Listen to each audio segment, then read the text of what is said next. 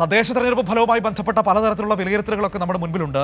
ആദ്യ ദിവസം LDFന് വലിയ തിരിച്ചടി എന്നൊക്കെ പറഞ്ഞുകൊണ്ട് വാർത്ത എഴുതിയവർ പ്രതിപക്ഷവും മാധ്യമങ്ങളും. പക്ഷേ 2 ദിവസം കഴിഞ്ഞപ്പോൾ മെല്ലെ പിൻവലിക്കുന്നത് നമ്മൾ കണ്ടിരുന്നു. ഏതായാലും കാരണം അവർ ഉദ്ദേശിച്ചതുപോലെ ഒരു തിരിച്ചടിയല്ല സംഭവിച്ചത് എന്ന വളരെ പ്രധാനപ്പെട്ട ഒരു വസ്തുത നിൽക്കുന്നുണ്ട്. ഇപ്പോൾ അതിൽ ഏറ്റവും പ്രധാനപ്പെട്ട ഇടങ്ങളിലൊന്നാണ് വടകര എന്ന് പറയുന്നത്. ഇപ്പോൾ UDF-കാരോട് എന്ത് ചോദിച്ചാലും അവർ പറയുന്നത് വടകര എന്നാണല്ലോ. ആ വടകരയിൽ ലോക്സഭാ തെരഞ്ഞെടുപ്പിൽ നിന്ന് തദ്ദേശ തെരഞ്ഞെടുപ്പിലേക്ക് എത്തുമ്പോൾ വലിയ നേട്ടമുണ്ടാക്കാൻ LDFന് കഴിഞ്ഞിരിക്കുന്നു എന്നൊരു കണക്കിപ്പോൾ പുറത്തേക്ക് വന്നിട്ടുണ്ട്. ആ കണക്ക് നമുക്കൊന്ന് പരിശോധിക്കേണ്ടി വരും. 1.5 വർഷം മുമ്പ് നടന്ന പാർലമെന്റ് തെരഞ്ഞെടുപ്പിനേക്കാൾ 1/2 ലക്ഷത്തിലേറെ വോട്ടുകൾക്ക് ഇടതുമുന്നണി വടകരയിൽ മുന്നിലാണ് എന്നതാണ് അവിടുത്തെ പ്രധാനപ്പെട്ട കാര്യമെന്ന് പറയുന്നത്. കോഴിക്കോട് ജില്ലയിലും പാർലമെന്റ് തെരഞ്ഞെടുപ്പിനേക്കാൾ വോട്ട് വർദ്ധിപ്പിക്കാൻ LDFന് കഴിഞ്ഞു. AK ലതീഷ് കോഴിക്കോട് നിന്ന് ഈ വാർത്തയും ഈ കണക്കും സംബന്ധിച്ച വിവരങ്ങൾ നമുക്ക് നൽകും. നോക്കാം എന്തൊക്കെയാണ് കണക്കുകൾ നമ്മളോട് പറയുന്നതെന്ന്. Latheesh, good morning. പാർലമെന്റ് തെരഞ്ഞെടുപ്പിനേക്കാൾ വടകരയിൽ വലിയ മുന്നേറ്റം ഈ തദ്ദേശ തെരഞ്ഞെടുപ്പിൽ ഇടതുപക്ഷത്തിന് ഉണ്ടാക്കാൻ കഴിഞ്ഞുവെന്നാണോ കണക്കുകൾ പറയുന്നത്? കോഴിക്കോട് ജില്ല ആകെ എടുത്താലും അതേപോലൊരു മാറ്റം സൃഷ്ടിക്കാൻ LDFന് കഴിഞ്ഞിട്ടുണ്ടോ?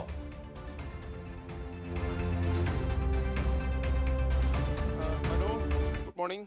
മനു സൂചിപ്പിച്ച പോലെ തന്നെ തദ്ദേശ തെരഞ്ഞെടുപ്പിൻ്റെ കണക്കെടുപ്പ് മുന്നണികൾ എടുക്കുന്നു, അതേപോലെ തന്നെ അതിൻ്റെ വിലയിരുത്തൽ നടത്തുന്നു. ആ വിലയിരുത്തൽ നടത്തുമ്പോൾ ഏറ്റവും പ്രധാനപ്പെട്ട കഴിഞ്ഞ ലോക്സഭാ തെരഞ്ഞെടുപ്പിലെ പ്രധാനപ്പെട്ട ഒരു മണ്ഡലമായിരുന്നു വടകര.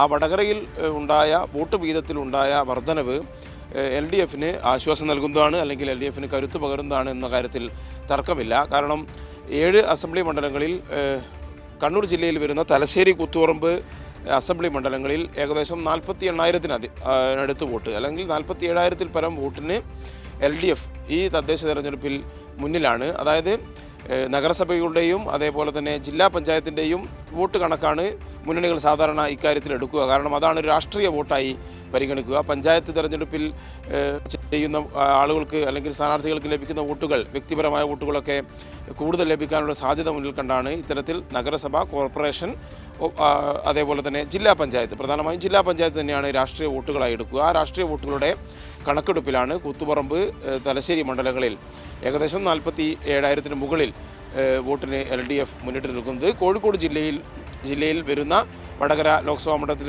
കീഴിൽ വരുന്ന അസംബ്ലി മണ്ഡലങ്ങളിലും വലിയ മുന്നേറ്റം കഴിഞ്ഞ പാർലമെൻറ്റ് തെരഞ്ഞെടുപ്പിനേക്കാൾ, അല്ലെങ്കിൽ 1.5 വർഷം മുമ്പ് നടന്ന തെരഞ്ഞെടുപ്പിനേക്കാൾ മുന്നോട്ട് പോകാൻ LDFന് കഴിഞ്ഞിട്ടുണ്ട്.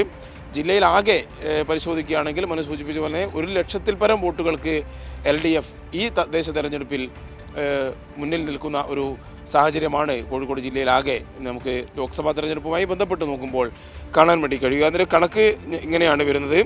കഴിഞ്ഞ ലോക്സഭാ തെരഞ്ഞെടുപ്പിൽ കോഴിക്കോട് ജില്ലയിലാകെ LDFന് ലഭിച്ചത് 7,20,096 വോട്ടുകളാണ്. UDFന് ലഭിച്ചത് 10,25,375 വോട്ടുകളും, അതേപോലെ തന്നെ NDAക്ക് ലഭിച്ചത് 2,63,017 വോട്ടുകളുമാണ്.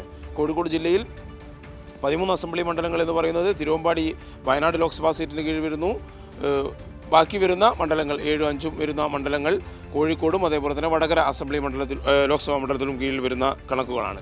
ഈ കണക്കിൽ നിന്ന് തദ്ദേശ തെരഞ്ഞെടുപ്പിൻ്റെ കണക്കിലേക്ക് നമ്മൾ വരികയാണെങ്കിൽ LDFന് ഞാൻ നേരത്തെ സൂചിപ്പിച്ച പോലെ തന്നെ 1 ലക്ഷത്തിൽ പരം വോട്ടിൻ്റെ വർധന ഉണ്ടാക്കിയെടുക്കാൻ ഈ 1.5 വർഷത്തിനിടയിൽ തന്നെ സാധിച്ചു എന്നാണ് നമുക്ക് മനസ്സിലാക്കാൻ വേണ്ടി കഴിയുന്നത്. 8,23,773 വോട്ടാണ് കോഴിക്കോട് ജില്ലയിൽ മാത്രം LDFന് തദ്ദേശ തെരഞ്ഞെടുപ്പിൽ ഇത്തവണ ലഭിച്ചത്. UDFന് ലഭിച്ചത് 8,62,109 വോട്ടാണ്.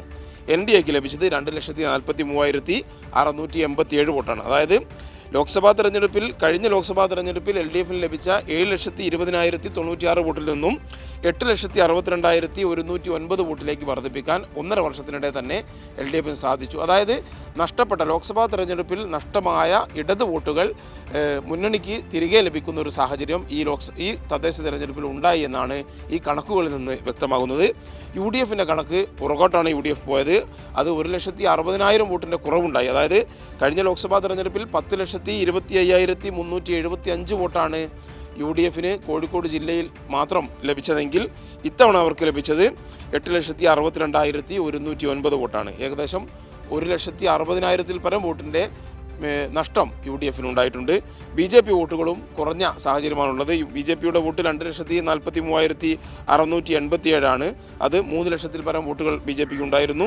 20,000-ൽ പരം വോട്ടുകളുടെ കുറവ് NDAയ്ക്കും ഉണ്ടായിട്ടുണ്ട്. ഇത്തരത്തിൽ വടകര ലോക്സഭാ മണ്ഡലത്തിൽ മാത്രം 1.5 ലക്ഷത്തിൽ പരം വോട്ടിൻ്റെ ലീഡ് നേടാൻ ഈ തദ്ദേശ തെരഞ്ഞെടുപ്പിൽ UDFനേക്കാൾ LDFന് സാധിച്ചിട്ടുണ്ട്. അത് കഴിഞ്ഞ ലോക്സഭാ തെരഞ്ഞെടുപ്പിൻ്റെ കണക്കുമായി തട്ടിച്ചു നോക്കുമ്പോൾ നഷ്ടപ്പെട്ട വോട്ടുകൾ തിരികെ എത്തുന്നു എന്നുള്ള ഒരു വിലയിരുത്തൽ തന്നെയാണ് LDF നേതൃത്വമുള്ളത്. മനു,